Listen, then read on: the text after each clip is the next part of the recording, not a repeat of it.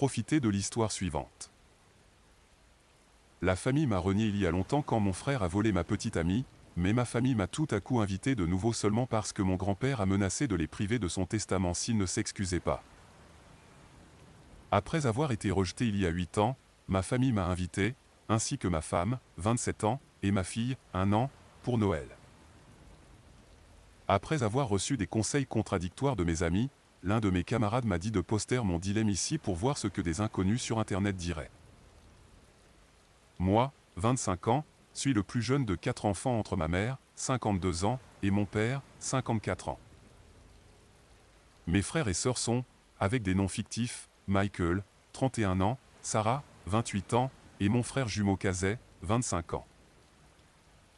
Pour donner un contexte, en grandissant j'étais le mouton noir de la famille et je le savais dès mon plus jeune âge.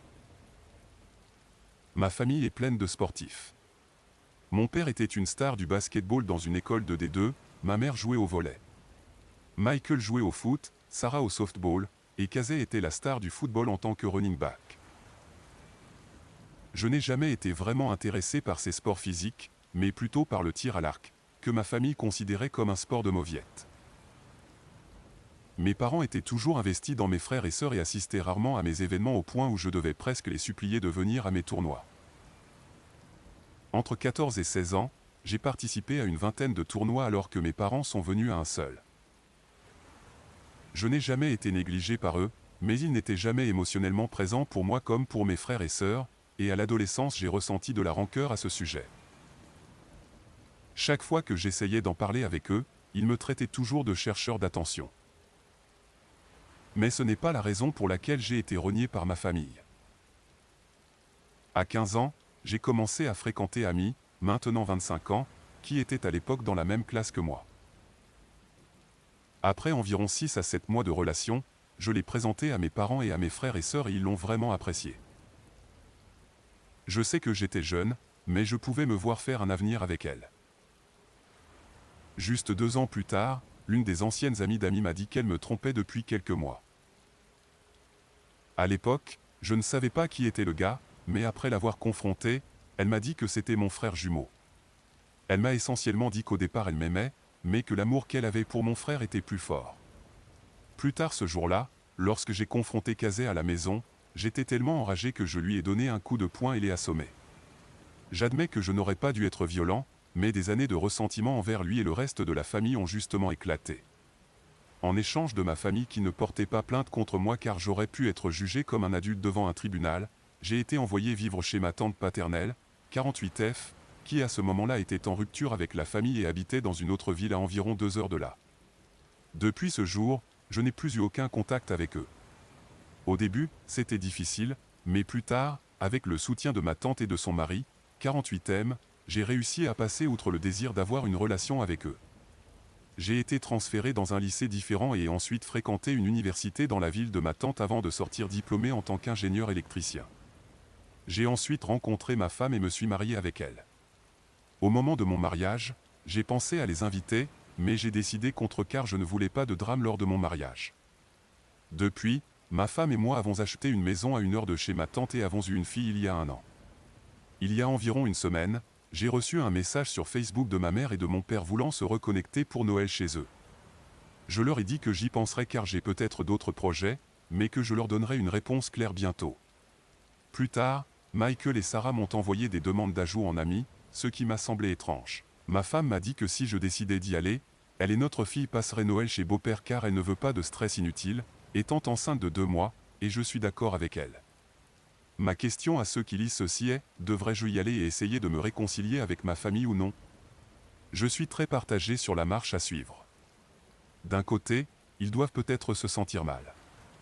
Je suis désolé de ce qui m'est arrivé et je veux m'excuser pour leurs actes, mais en même temps, peut-être que si j'y vais, ils essayeront de me faire présenter des excuses à Kazay, ce que je ne veux pas. Tout conseil serait utile. Mise à jour, salut les gars, les 2 dernières semaines ont été difficiles mais merci à tous pour vos conseils et votre soutien. Ce sera un long post que je voulais publier plus tôt, mais certaines choses m'en ont empêché.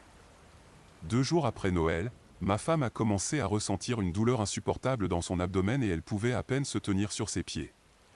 Moi et sa sœur, 30 ans, l'avons emmenée d'urgence à l'hôpital, où nous avons découvert qu'elle avait fait une fausse couche et que le fœtus devait être retiré immédiatement. Honnêtement, la pire partie pour moi a été d'expliquer à ma femme ce qui s'était passé. En raison de complications liées à l'opération, ma femme a dû rester 2 jours de plus à l'hôpital. J'ai essayé de rester fort pour ma femme et ma fille, mais honnêtement, je lutte en ce moment. En ce qui concerne la mise à jour, la plupart d'entre vous qui avez commenté le jour où j'ai posté m'ont conseillé de ne pas passer Noël avec eux en raison de l'importance de cette fête. Je suis d'accord et j'ai décidé de passer le reste des vacances avec ma femme. Ils n'ont jamais pris le temps pour moi, alors pourquoi devrais-je prendre du temps pour eux? Quand je leur ai envoyé un message à ce sujet, j'ai supposé qu'ils essaieraient de discuter avec moi, mais ils m'ont plutôt dit qu'ils respectaient mon opinion et qu'ils étaient impatients de me voir après les vacances. J'ai commencé à fouiller dans ma famille pour essayer de comprendre pourquoi ils avaient pris contact. Michael est avocat d'entreprise et travaille pour une grande entreprise dans ma ville natale. En regardant sa page Facebook, j'ai vu qu'il a 2 filles et qu'il s'est marié avec sa femme en 2016. Sarah semble être mariée à un médecin, il y a 8 ans, elle étudiait pour devenir infirmière, et ils ont un fils ensemble. J'ai un ami qui vit dans ma ville natale et ses parents sont amis avec les miens. Quand je lui ai demandé des nouvelles de Sarah, elle m'a dit que Sarah avait divorcé de son premier mari, celui qu'elle il y a 8 ans, Kazé sortait avec Ami, juste après qu'il eut commis une fraude masculine. Ils se sont mariés juste après le lycée et ont eu ensemble 2 enfants. Je n'ai pas pu déterminer exactement ce que lui ou sa femme faisait dans la vie via Facebook, mais le fait qu'ils aient acheté une grande maison l'année dernière en pleine pandémie me dit qu'ils ne rencontrent pas vraiment de difficultés financières. Mon père semble traverser une crise de la quarantaine et ma mère est très impliquée dans la communauté du bien-être. J'ai commencé à dresser la liste des raisons pour lesquelles ils voudraient peut-être reprendre contact avec moi maintenant. 1. L'argent est peu probable car il y a 8 ans, le salaire combiné de mes parents était plus élevé que celui de ma femme et le mien. Et le fait que mes frères et sœurs ne rencontrent pas de difficultés financières me fait penser que l'argent n'est pas la raison. 2. Le don d'organes pourrait être la cause, mais cela semble peu probable, bien qu'un Redditor ait dit que Kazé, étant mon jumeau, serait probablement mon meilleur match. Je pense que c'est improbable car il a été identifié dans un post Facebook en train de skier juste une semaine avant Noël. En ce qui concerne ma fille, il pourrait éventuellement chercher à entrer en contact avec moi pour avoir une relation avec ma fille, mais je ne suis honnêtement pas sûr. Ma fille n'est pas la première petite fille pour mes parents, donc je ne sais pas pourquoi ils veulent la rencontrer. Ils ont probablement découvert l'existence de ma fille car le compte Facebook de ma femme était public. Elle a depuis privatisé son compte. J'ai ensuite contacté ma tante, celle qui m'a accueilli, pour lui expliquer la situation et elle m'a expliqué pourquoi il cherchait à prendre contact avec moi après tout ce temps. Pour comprendre cette situation, il faut savoir pourquoi ma tante était éloignée. Mon grand-père paternel, âgé de 79 ans, et ma grand-mère, âgée de 76 ans, ont eu 4 enfants. Mon père était le 2e plus âgé et ma tante était la 3e. Après ses études, ma tante a fait son coming out bisexuel à ses parents et a commencé à fréquenter sa petite amie. Mes grands-parents l'ont immédiatement reniée et ont refusé tout contact avec elle. Cependant, il y a environ 4 ans, mon grand-père a commencé à renouer le contact il y a 1 mois. Ma tante a répondu en demandant à mon grand-père pourquoi il voulait savoir des choses sur moi après avoir soutenu Kazé pour ce qu'il avait fait. C'est à ce moment que toute la situation a changé. Mon grand-père a dit à ma tante que, parce que j'avais trompé Ami avec l'une de ses amies proches, je méritais d'être banni. Mon grand-père est un fanatique religieux, donc il méprise l'infidélité. Ma famille lui avait dit que, après que l'amie avec laquelle j'aurais trompé Ami ait avoué à cette dernière, Ami est allé chercher du soutien et du réconfort auprès de Kazé et de Sarah. Et quand j'ai appris cela, j'ai confronté violemment Kazé et Sarah. Bien que Sarah ait tenté de nous séparer, Kazé et moi, je n'ai pas levé la main sur elle et je n'ai pas attaqué violemment Kazé.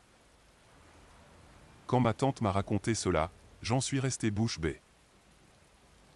Je ne pouvais pas croire qu'il me haïssait au point de vouloir inventer une terrible calomnie à mon sujet et de la répandre.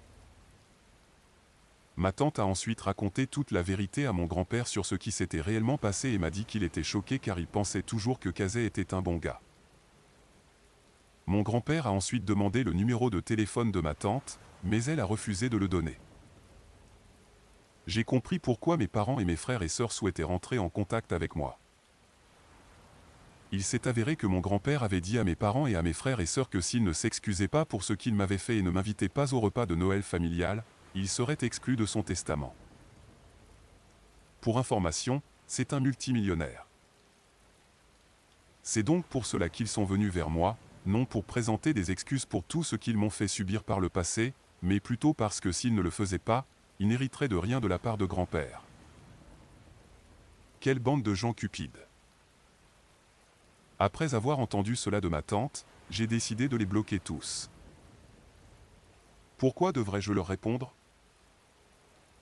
À ce stade, ils sont tous morts pour moi. J'ai une femme à soutenir après ce qu'elle a vécu, ainsi qu'une famille qui me respecte, moi et mes beaux-parents. Cependant, cela ne s'arrête pas là, car 3 jours après le soir du Nouvel An, j'ai reçu un appel d'un numéro inconnu sur mon téléphone professionnel. Je suis habitué à recevoir des appels de numéros inconnus en raison de ma carrière, et lorsque j'ai répondu, j'ai entendu la voix de mon grand-père. Il a probablement obtenu mon numéro à partir du site web de mon entreprise. La première chose qu'il a faite a été de s'excuser de ne pas avoir cherché à entrer en contact avec moi au cours des 8 dernières années. Il m'a dit qu'il était désolé de ne pas avoir pu être présent lors d'événements importants tels que ma remise de diplôme, mon mariage et la naissance de ma fille. Je n'étais pas vraiment proche de lui avant, donc le fait qu'il me coupe ne m'a pas dérangé. Plus tard dans l'appel, il m'a dit qu'il était tellement dégoûté par le reste de ma famille qu'il les retirait de son testament et me rajoutait. Je ne sais honnêtement pas comment me sentir à ce sujet, car l'argent serait utile, mais en même temps je ne veux pas qu'il utilise cela comme moyen de forcer une relation entre ma fille et moi. Nous avons parlé pendant environ une demi-heure. La façon dont s'est déroulé l'appel m'a fait penser que peut-être je pourrais construire une bonne relation avec mon grand-père, mais ensuite il m'a dit quelque chose qui m'a vraiment mis en colère. Il m'a dit qu'il était déçu que ma fille n'ait pas pris le nom de famille de la famille. Pour contexte, après m'être marié à ma femme, la question de quel nom de famille utiliser pour le couple est survenue. Pour des raisons légales, je n'ai pas pu changer mon nom de famille en celui de ma femme, mais nous avons décidé en tant que couple que tous nos futurs enfants auraient le nom de famille de ma femme. À ce moment-là, j'ai littéralement explosé sur mon grand-père en le traitant de vieil homme sénile et de nombreuses autres choses blessantes, et je lui ai dit de ne plus jamais me contacter. L'audace de cet homme de dire cela après ce que j'ai vécu est inimaginable. Je ne le laisserai pas utiliser l'argent que je recevrai et le testament pour me contrôler. Même si je reçois l'argent, je le donnerai à une œuvre de charité locale, mais il est un homme de fausses promesses donc c'est peu probable. Ces dernières semaines ont été vraiment difficiles pour moi et j'espère m'en sortir de l'autre côté. Ma femme a rendu son compte Facebook privé et son AC, les lois ont fait de même. Ce qu'ils font pour essayer de me contacter me dépasse. Franchement, ils auraient probablement engagé un détective privé pour essayer de me trouver. Je crois qu'ils ne savent pas où j'habite, mais on ne sait jamais. J'ai pensé à obtenir une ordonnance de restriction, mais étant donné qu'il y a des avocats dans la famille, obtenir un rôle sera difficile. Je n'ai pas vraiment eu le temps de répondre à toutes les questions posées dans mon dernier message. Je ferai de mon mieux pour répondre à toutes les questions pendant les prochains jours, mais après cela, j'arrêterai d'utiliser Reddit pendant un certain temps. Merci à tous pour vos conseils et je vous souhaite tout le meilleur pour cette nouvelle année.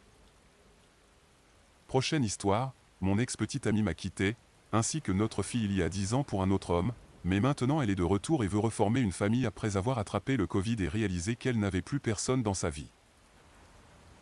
Mon histoire commence il y a 16 ans, lorsque j'ai rencontré Lucie. C'était une fille incroyable, intelligente, belle, sophistiquée, drôle, simplement la meilleure fille que j'ai jamais rencontrée. Je me sentais tellement chanceux quand nous avons commencé à sortir ensemble. Et 1 an après le début de notre relation, nous avons eu un bébé. Je vivais le rêve, vivant avec ma petite amie, élevant notre petite fille, formant une famille heureuse. Je aimais tellement Lucie, et après quelques années, nous allions enfin nous marier. Notre fille était la plus excitée à l'idée du mariage, elle allait être la fleuriste. Tout semblait parfait. Jusqu'à un jour, en rentrant chez moi, un homme a voulu me parler. Au début, j'ai cru qu'il voulait me vendre quelque chose, jusqu'à ce qu'il mentionne Lucie. Poliment, il m'a demandé de parler en privé. Il m'a ensuite demandé s'il vous plaît, d'arrêter tout ce qui concernait le mariage et de reculer, car lui et Lucie voulaient être ensemble. Je ne le croyais pas, jusqu'à ce qu'il commence à me donner beaucoup de détails sur elle qui seraient impossibles à connaître.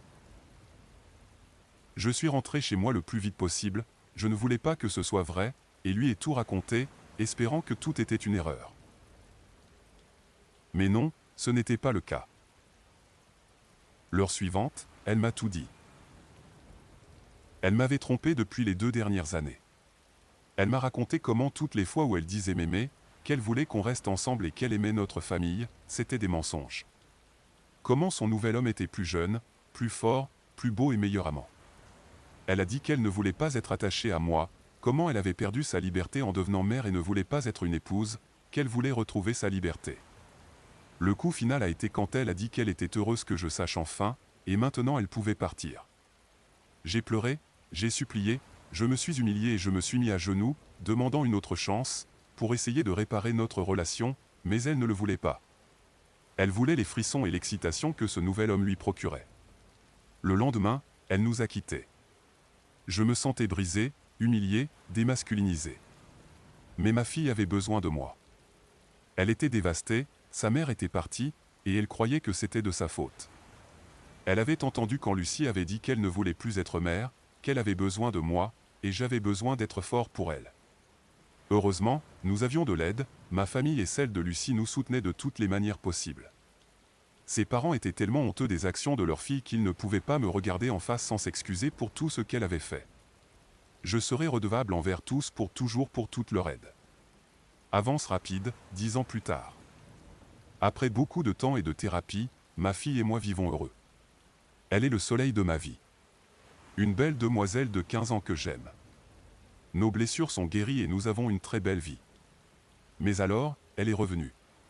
Quand ma fille et moi rentrions chez nous, nous avons trouvé Lucie devant notre appartement, qui nous attendait, voulant parler. Je l'ai reconnue immédiatement, et j'aimerais dire que j'ai fait quelque chose de cool, comme l'ignorer, lui demander de partir, ou au moins être hostile envers elle.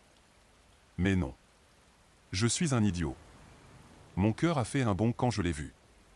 Elle était toujours aussi belle qu'avant, mais d'une certaine manière, elle avait l'air encore mieux, peut-être que l'âge lui donnait une allure mature et élégante, peut-être la robe, ou le maquillage, je ne sais pas. Je l'ai laissée entrer pendant que notre fille nous laissait de l'espace et allait dans sa chambre. Elle m'a raconté tout ce qu'elle avait fait depuis son départ. En gros, elle a vécu avec ce gars pendant quelques années. Elle a dit combien elle avait apprécié, tout le plaisir qu'elle avait eu et comment elle croyait que c'était les meilleures années de sa vie, jusqu'à ce qu'elle remarque que l'excitation de cette nouvelle relation s'estompait progressivement. À un moment, elle a commencé à tromper ce mec aussi. Selon elle, elle voulait se sentir vivante et excitée. Finalement, cette relation s'est terminée, et elle a commencé à sortir avec d'autres gars. Chaque relation était de plus en plus courte, jusqu'à ce qu'elle n'ait que des rencontres occasionnelles. Elle a également dit qu'il lui arrivait parfois de penser à nous, à notre famille. Elle a ajouté qu'elle était trop fière pour admettre qu'elle avait commis une erreur, jusqu'à l'année dernière. Elle a attrapé le Covid et cela l'a vraiment frappée, au point qu'elle a cru qu'elle allait mourir, et a réalisé à quel point elle était seule, à quel point elle était stupide, et l'erreur qu'elle avait commise il y a si longtemps. Après tout cela, elle a dit qu'elle regrettait tout ce qu'elle avait fait et dit, et maintenant elle était prête à m'épouser et à être la famille que nous aurions toujours dû être. Quand elle a eu fini, je lui ai demandé de partir, de me laisser du temps pour réfléchir. Elle a accepté, en disant qu'elle reviendrait le lendemain. Pendant des années, j'ai rêvé de son retour, et maintenant c'était en train de se produire. Mais cela ne semblait tout simplement pas juste. Depuis, elle vient presque tous les jours, voulant parler des meilleures années de notre relation et de comment nous pourrions être une famille heureuse à nouveau. J'ai demandé de l'aide. À ma famille, à mes amis. La plupart ont dit que ce serait la pire erreur de ma vie si je la reprenais.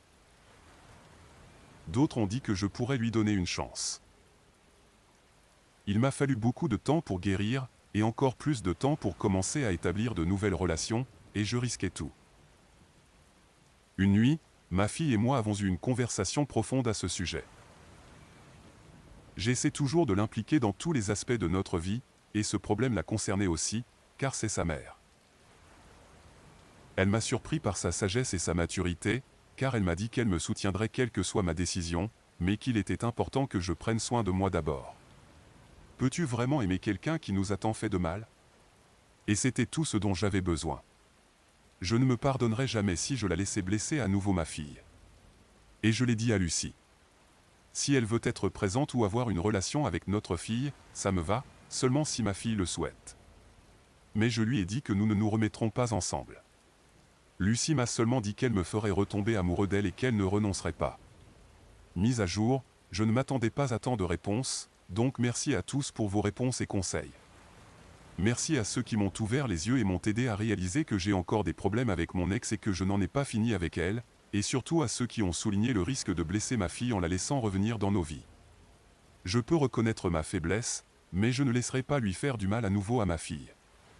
Donc ne vous inquiétez pas, je ne me remets pas avec elle. Depuis la publication, elle insistait pour se rencontrer, elle voulait parler. J'ai décidé d'avoir une dernière discussion avec elle et de fixer mes limites. Nous nous sommes rencontrés dans un lieu public.